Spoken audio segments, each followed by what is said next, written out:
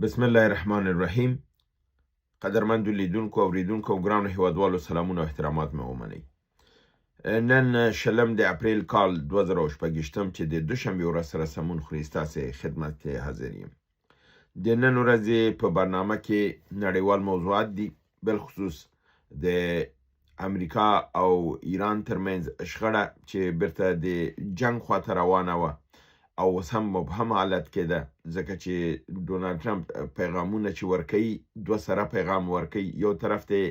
د صلح زیری ورکوي، بل طرف ته د تورې او د شمشیر او د راکټ او د بم او د اتوم خبرې کیږي. نو ډیر مشکله ده چې د سړی دا تبعیض کی چې دغه انسان واقعا په کوم فکر دی چې شی غواړي، یعنی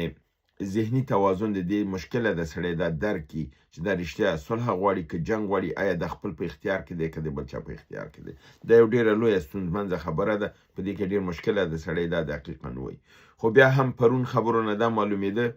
چې ایران د دوی د صلح خبر رد کړې ده، مذاکرات ته حاضر نه دي. د نن ورځې چې وعده وه چې نن دوشنبې په ورځ به اسلام آباد کې ناسته کیږي، هغه ایرانیانو رد کړې وه او دوی ویل چې موږ نه راځو. خو نن کاملا حالات توپیر دي او په دې بابت کې د نورې دنیا خو پرېږدئ، مستقیما خپله د ډونالد ټرمپ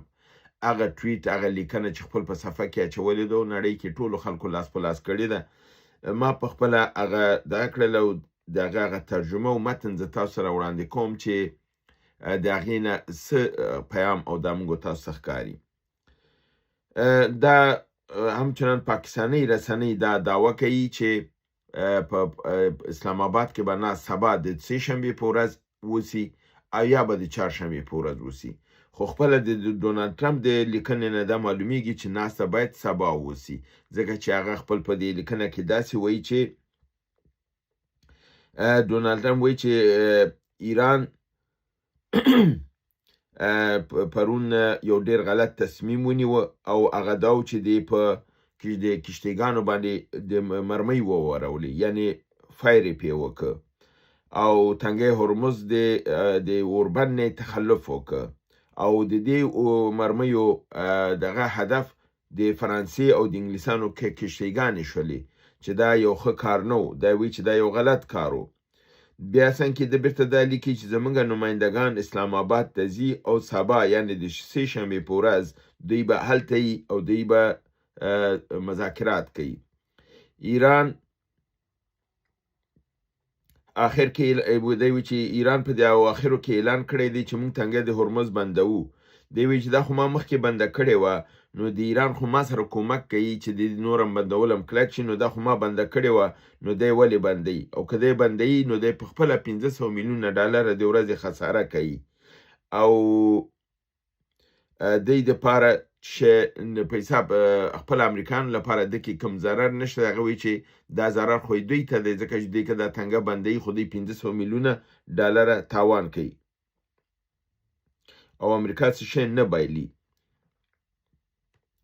دی وایي چې زموږ کشتیګانې بیرته امریکا ته راغلي دي، دا به بیرته د اسلحو نه ډک شي او دا به د سپای پاسدارانو په حساب د تقدیر او د دغې لپاره یو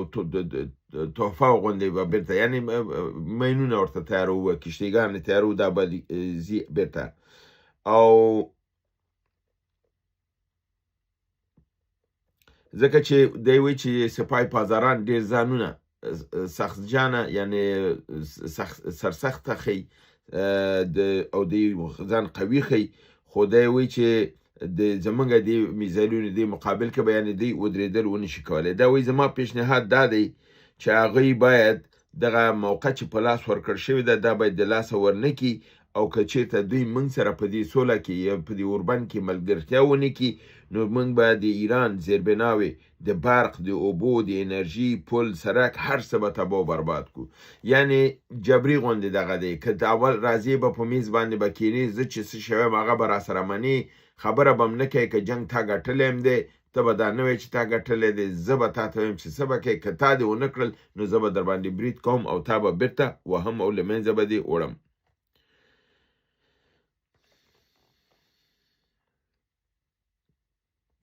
دی وایي چې که تاسو موږ سره ملګرتیا ونه کړئ دا به زما افتخار وي هغه شی چې 40 کالو کې نورو رئیس جمهورانو ونه که هغه به زه پوره کم او زه به ایران کاملا له منځه یوسم.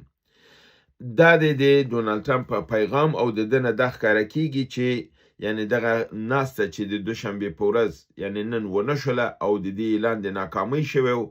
دې نه معلومیږي چې عاصم منیر چې پس له هغې نه ایران ته تللی و، د هغې نه بعد بیا امریکې ته لاړه او په امریکې کې د ډونالد ټرمپ سره یې لیدلي دي او دغه مسودې باندې خبرې کړي دي.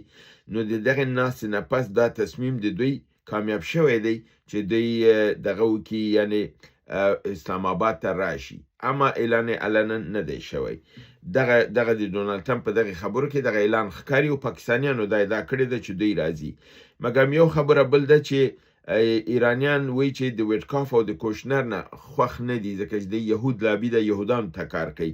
اما جي ډي وینس ته هغې لږ زره امیدواري ښیي. نو په دې بابت باندې ډونالد ټرمپ جي ډي وینس ته لکه چې ویلي چې دا به نه ځي او ویټکاف او کوشنر او کوم بل نفر به ځي چې د دې هیئت مشري به کوي او اسلام آباد کې به ګوري. خو بعض ځایونو کې دا خبر راغلی چې نه جي ډي وینس به اسلام آباد ته راځي، اما خپله د ډونالد ټرمپ د دغې کې دا لیکلي دي چې چون ایرانیان جي ډي وینس غواړي جي ډي وینس به نه ځي، ځکه دا وایي چې جي ډي وینس چې دی دا لږ نرم دی د ایرانیانو مقابل کې او ویټکاف او کوشنر چې دی سخت دي. هغې په دې سخت دي چې هغې سوله نه غواړي، هغه د اسرائیل کسان دي، اسرائیل ته کار کوي. همدارنګه د پاکستاني رسنیو ادعا دا وه چې سه شنبه یا چهارشنبه به دا ناسته کیږي، در حال چې ایران دا مذاکرات کاملا رد کړي و، ویلي چې موږ نه راځو. نو د ایران د خوا نه دا مذاکرات رد دي، اما د امریکې د خوا نه پیشنهاد دی، خو د امریکې په پیشنهاد کې دا دی چې دوی ځي که ایران راغی ملګرتیا یې وکړله سوله کیږي، او که ایران راغی ملګرتیا ونه کړه په ایران باندې برید کیږي او ایران به وهل کیږي. همدارنګه د ایران د خوانه دا خبرې هم روانې دي که چېرته ایران مذاکراتو ته راځي، د ایران په هیئت کې به ځینې نوي کسان شاملیږي چې هغه د ایران د دې ناستې نه چې تیر ځل اسلام آباد کې و خوشحاله نه و، چې په هغې کې د سپاه پاسدارانو د ګارد مشر جنرال احمد وحیدي و چې هغه د هیئت باندې انتقاد کړی و او انتقاد یې دا کړی چې جنگ موږ په میدان د جنگ کې ګټلی دی، تاسو په سر د میز د مذاکراتو بایلی او تاسو امریکا ته زیات حقوق ورکوي، ډیر شی قایلیږي، در حال چې هغوی دا کار نه دی کړی. ممکن دغه خبر پاکستانیانو دی غټ کړی اوسي، خو زه فکر نه کوم چې داسې یو شی هلته اوسي، خو دی دا خبر ورکوي. په این حال کې دی وایي چې احمد وحیدي به یعنی جنرال احمد وحیدي به په دې هیئت کې چې پاکستان ته راځي دا به هم پکې باقر ذوالقدر خو مخکې ظلم و، دا ظلم به مي او باقر ذوالقدر دا خبره کوي چې عباس عراقچي د اوربند یا د هرمز د خوشي کولو او د تړلو صلاحیت نه لري. دا خبره دی چې کوي د ځانه کوي، که دا صلاحیت څوک لري هغه مجتبی خامنه‌ای دی، هغه دا صلاحیت لري چې هرمز به خلاصوي یا که بندوي. نو دا خبره یعنی سید عباس عراقچي باید ونه کړي، دا د دې د هیئت دی. او دا خبر چې دی دا د یو نړیوال تینک ټانک اداره ده په نامه د انسټیټیوټ فار سټډي آف وار، د جنگ د تحقیقاتو انسټیټیوټ دی، دا خبر ورکړی دی چې په ایران کې دغسې تناقضات روان دي او خپل په منځ کې دوی څه مشکلات لري. نو اوس د هیئت کې به مشري او مسؤلیت به چې دی دا به احمد وحیدي به کوي، دا به په دې هیئت کې به وي او هر څه به د نظارت لاندې کیږي، ځکه دا وایي چې زه دغه جنگ چې ما په میدان کې ګټلی دی په میز د مذاکراتو په میز باندې نه غواړم چې وی بایلم یا وبایلل شي. همدارنګه د دغه سفر نه مخکې یو بل خبر د پاکستانی میډیا کې راغلی دی، هغې دا وایي چې پرون 8 بجې سهار یعنی د یکشنبې په ورځ 8 بجې سهار پرون 8 بجې یعنی د دوشنبې په ورځ باندې د یکشنبې په ورځ باندې 8 بجې 3 تیارې C-17G ګلوب ماستر په نامه باندې امریکایي 3 تیارې راغلي دي، د نورخان په چکلاله میدان هوایي کې کوزې شوي دي، هلته د دوی نه څه سامانالات او دغه وسایل را کوز شوي دي او 1 ساعت بعد د تیارو بیرته پرواز کړی او د پاکستان نه وتې دي. اوس د دې په باره کې ویل کېږي چې دا C-17 ګلوبل ماستر تیارې چې دي د څه شی راوړل، د امریکا څه پلانونه دي په سیمه کې د اوربند او د مذاکراتو د خبرو لاندې آیا دلته څه پروګرام روان دی د ایران باندې د برید که دا ځلې کېږي آیا د مستقیما د پاکستان نه به کېږي یا دلته کوم بله خبره روانه ده ویل کېږي چې په مجرد دغه درې تیارې راغلې او دلته یې خپل سامان آلاتو دا کوز کړل او دا بیرته لاړل د اسلام آباد کې لارې بندې کړلی شولې نوې ترافیکي هدایات جاري کړلی شول دوه لوی هوټلونه 5 سټار دی اسلام آباد چې یو سیرینا هوټل دی بل میریټ دی چې هغه لویترین هوټلونه دي دې کې چې څومره میلمانه وو هغوی ته هدایت ورکړ شو چې هوټل خالي کړي او دا هوټل کاملا د هغې امنیت ونیول شي دې کې څه هغه نور تغییرات رینویشنونه یعنې تغییراتو تبادلات پکې راوړل شي لږ تزئین یې کې نور هم دغه نه معلومیږي چې څوک را روان دی د چا لپاره دومره پروګرام نیول کیږي او د ترافیکو ته هدایت ورکړ شوی دی چې خلکو ته متبادل لارې وښیي د اسلام آباد لارې بندې کړي او امنیت کاملا وساتي او په دې بابت کې نقشه دغه شوې ده او هغه نقشې چې د خلکو ته ورکول کیږي تر څو خلک خپل ژوند نارمل دغه کړي خو دې غاړه پنډۍ او اسلام آباد خواته تګ راتګ محدود کړي یعنی دا خبر دوی دا کوي چې یعنی کوم هیئت چې را روان دی دوی دا احتمال ښیي چې دغه حرکات چې دي دا ښیي چې کیدای شي ډونالډ ټرمپ په خپله راشي نو که مسله حل نه وي ډونالډ ټرمپ په خپله څنګه راځي دا به حتما همدا جي ډي وینس به راځي یا کوم بل دغه به وي او دوی د همغې لپاره تیاری نیسي خو والله عالم پیشبیني نشي کېدلی مشکله د سړی دی پیشبیني مخکې تر مخکې نه وکړي بل خبر دا دی چې وال سټریټ جورنال دا خبر ورکړی دی چې چون ایرانیان چې د مذاکرات ته حاضر نه دي او نه راځي یو علت دا دی چې ډونالډ ټرمپ ډېرې خبرې لیکي خپل ټویټ نه استفاده کوي او دې کې داسې شیان لیکي چې هغه باعث د خرابېدلو د مذاکراتو کیږي او ایرانیان د هغه نه په حساب د هغې ته عکس العمل ښکاره کوي نو وال سټریټ جورنال وایي چې ډونالډ ټرمپ ته دا مشوره ورکړل شوې ده چې دا د دغه نه کوي نور د دا ټویټ نه کوي دا لیکل دی نه کوي تر څو چې مذاکرات یو سم ته یو ځای ته نه رسېدلي دا کار دی نه کوي د دې نه د اجتناب وکړي ځکه دې عکس العمل ښه نه دی ایرانیان د دې بابت نه شکایت لري هغې وایي چې موږ یوه خبره کوو ډونالډ ټرمپ هلته بل څه لیکي نو دا اعتماد زموږ ختموي موږ دې مذاکرات ته نه راځو اوس دوی وایي چې ډونالډ ټرمپ اصلا وال سټریټ جورنال وایي چې ډونالډ ټرمپ په بیرون نه ځان زړور ښیي خو د ننه دی د وجود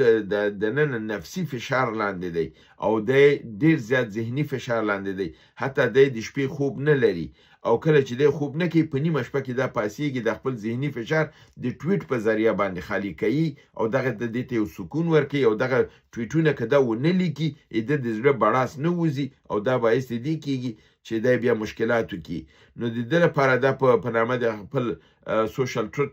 دغه صفحه چې ده ټویټ په هغې کې دا لیکنې کوي او د دې لیکنو نه دوی اوس دا منې کړی دی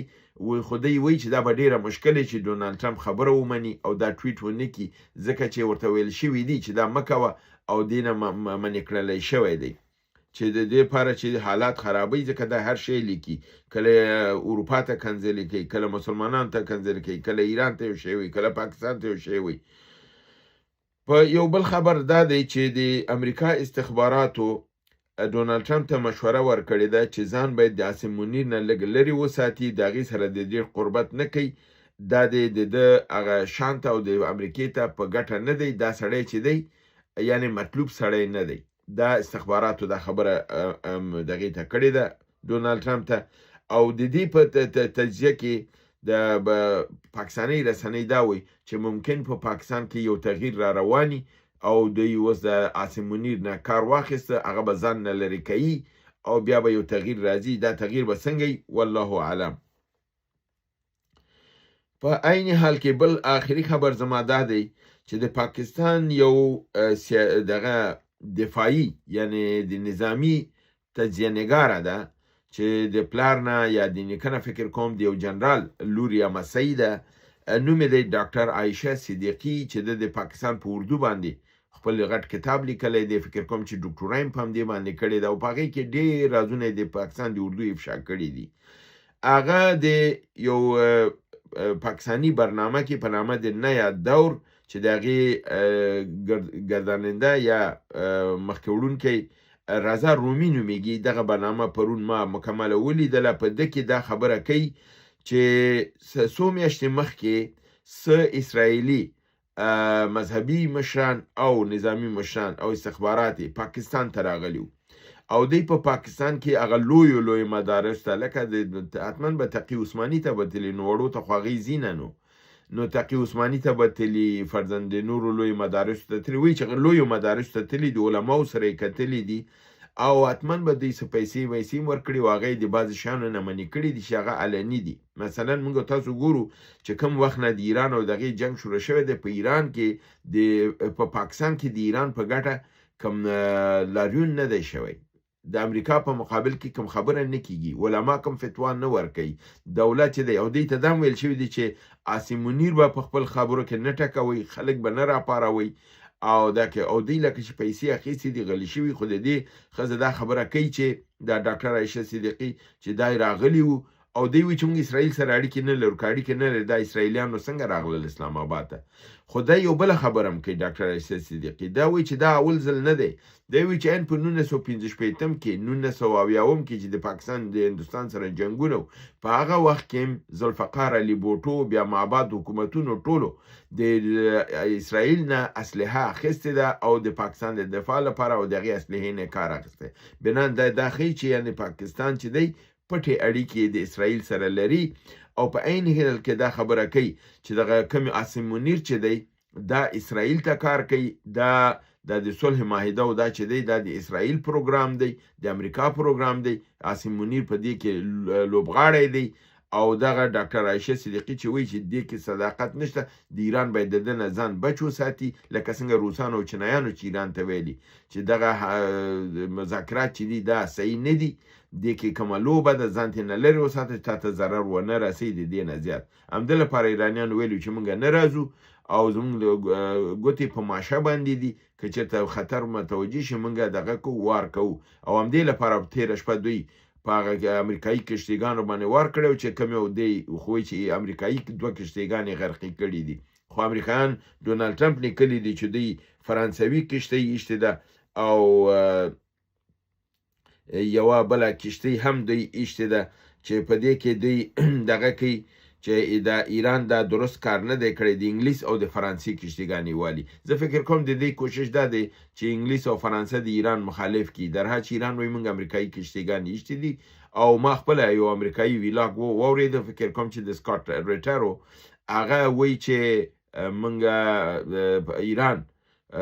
د بندر عباس نه په امریکایي کشتیګانو وار وکړه او امریکایي کشتیګانې لوی جنګي کشتیګانې هغه ډېرې لوی هم نه چې د تیارې پکې دي د هغې څنګ کې چې غټې روانې هغې نه 2 کشتیګانې یا 3 کشتیګانې غرقې کړي دي نو دی دا خبره کوي او ډونالډ ټرمپ هغه خبره کوي چې دا خو د انګلیس او د فرانسې وهلي دي